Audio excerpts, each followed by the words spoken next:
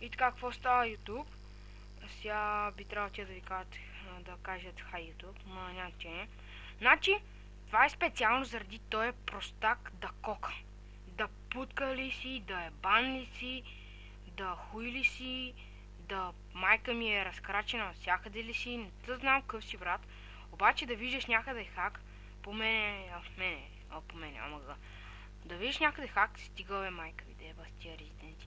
Значи, да виждаш някъде хак, да виждаш Fly, Nodus, X-Ray, майка ви деба, прости резиденцийки деба.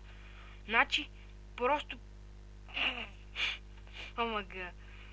Ето го това да кока бота в нас, защото знае, че ще се унижи публично и не трябваше да е в сървъра. Точка.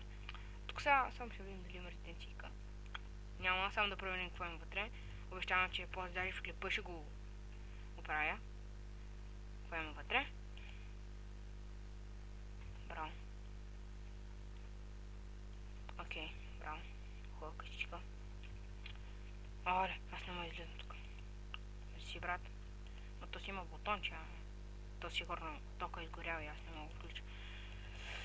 Ето, това е специално. То няма какво да е. Заради този глупак кока, да путка, да е бан педал. Видеото е специално заради него.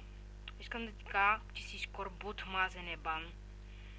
Да ти кажа, че си най-големия, не знам, просто нямам думи. Това, че ти е бъгнал човек, ще се покаже пред админ, ще се направя ти кам, ако искаш, ще си снимам всички папки, само ще махна някои унизителни снимки.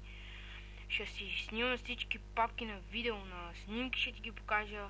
Ако искаш, ще говорим по скайп, ще ти споделя екрана, да видиш, че няма никакви такова. Толкова искам да па цепт.